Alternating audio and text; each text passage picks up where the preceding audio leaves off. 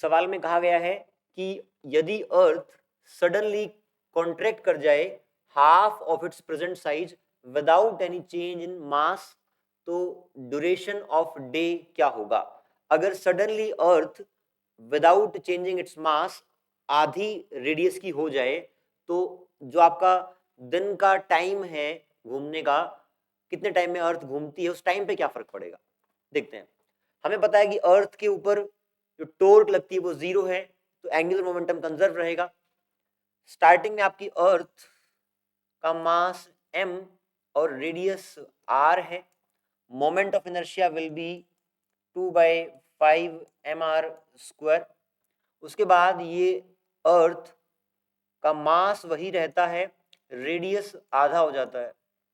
अगर रेडियस आधा हो गया तो moment of inertia will be 2/5 m, और नया रेडियस आधा है तो आप लिखेंगे r/2 का होल स्क्वायर 2/5 mr², और ये 1/4 बनेगा इस तरीके से। तो मोमेंट ऑफ इनर्शिया पहले के मुकाबले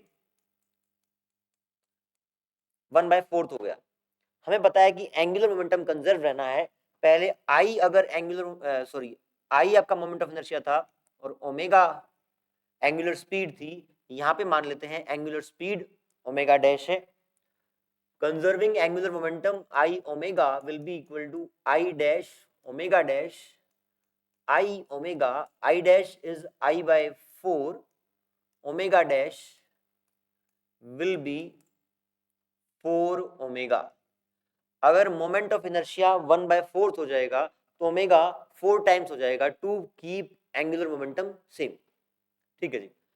अब शुरुआत में टाइम पीरियड का एंगुलर स्पीड पे जो डिपेंडेंस है वो होता है 2π/ओमेगा। ये मान लेते हैं कि शुरुआत का समय है और इसकी वैल्यू कितनी है 24 आवर्स, 24 घंटे का दिन है, तो टाइम की वैल्यू ये है आपके पास। नया टाइम पीरियड क्या होगा, T dash will be equal to 2π/ओमेगा dash. Omega dash is nothing but 4 times original omega, तो 2π/ओमेगा और साथ में 1/4। तो this is nothing but time period T dash comes out to be T/4।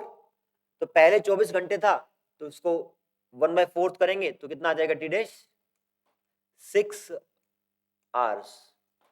अगर धरती का रेडियस एकदम r/2 हो जाए तो आपका जो दिन का समय है वो 6 घंटे हो जाएगा। सिंपल कॉन्सेप्ट लगाया है एंगुलर मोमेंटम कंजर्वेशन का।